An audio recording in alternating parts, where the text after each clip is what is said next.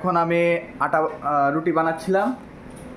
তো আমার বউ আমার সাথে রাগ করেছে, কারণ আমি রুটি বানাতে গিয়ে একটু ভরে গেছে জায়গাটা।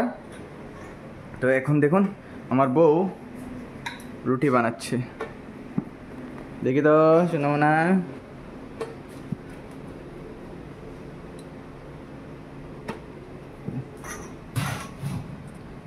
হ্যালো গাইস, আমি এখন বানাচ্ছি রুটি। তোমার রুটিটা হয়নি, তাও হয়েছে মোটামুটি। তো ভালো হয়েছে।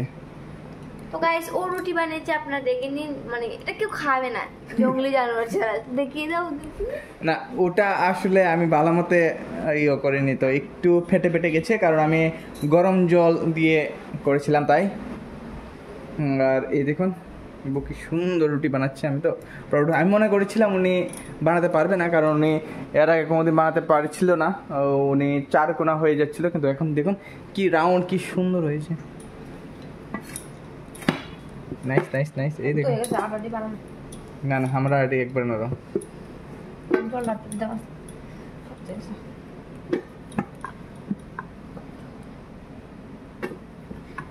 তো গাইস, রুটি বানিয়ে আবার আপনাদেরকে দেখাবো। Bye bye.